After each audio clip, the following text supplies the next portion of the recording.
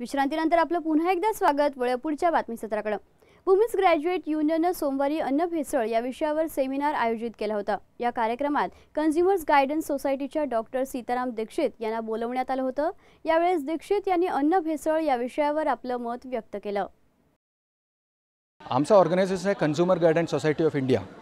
आमची जी ऑर्गनायझेशन आहे हा 1966 साली आम्ही स्टार्ट केलेलं होतं आणि 9 सोशल वर्कर्सनी लेडीज लोकांनी हा स्टार्ट केला होता. आणि हा मुद्दा बेसिक कशासाठी होता की लोकांचं जे फसवणूक होतो, भेसळचा असू द्या, कुठल्याही वस्तूचा आपण खरेदी करतो आपल्याला फसवणूक होतो, हे होऊ नये आणि याला कशाला थांबायचा, कसा हे स्टॉप करायचा याच्याबद्दल हे केलं होतं.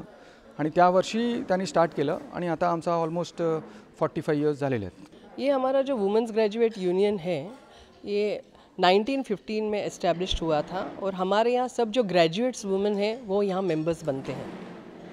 बहुत अच्छा काम करते हैं हम लोग. जैसे कि अभी ये कम्युनिटी हॉल है हमारा, यहाँ पे हम बहुत सारे अवेयरनेस प्रोग्राम्स करते हैं.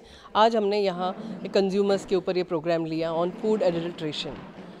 जैसे कि आप जानते हैं सब लेडीज़ जो है घर में खाना बनाते हैं और अपने बच्चों का और अपने फैमिली मेम्बर्स का चाहते कि अच्छा खाना दें उनको.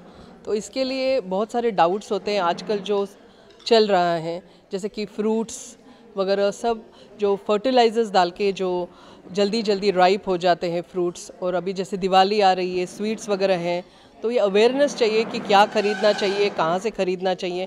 इसके लिए हमने यहाँ पे आज मिस्टर सीताराम दीक्षित को बुलाया था from the society of consumers of India. और उन्होंने हमको मार्गदर्शन दिया कि हमको किस तरीके से पहचानना चाहिए कि कैसे फ्रूट्स होते हैं जिस पे पैचेस होते हैं वगैरह.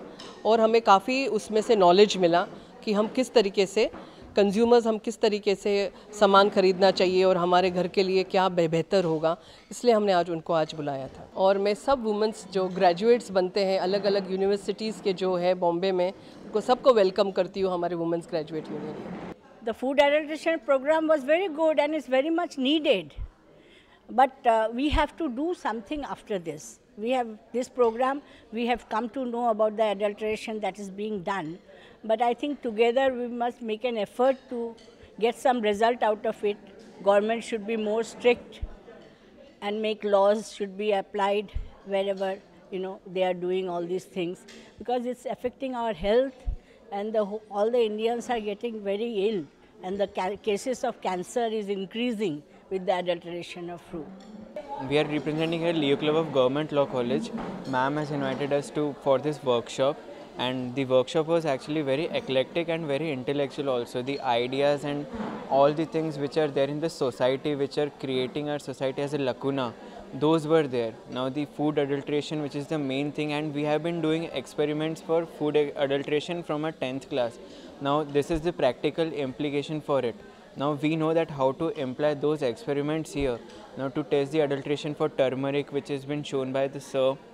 Now for every other food it has been there, and this is the practical knowledge of it.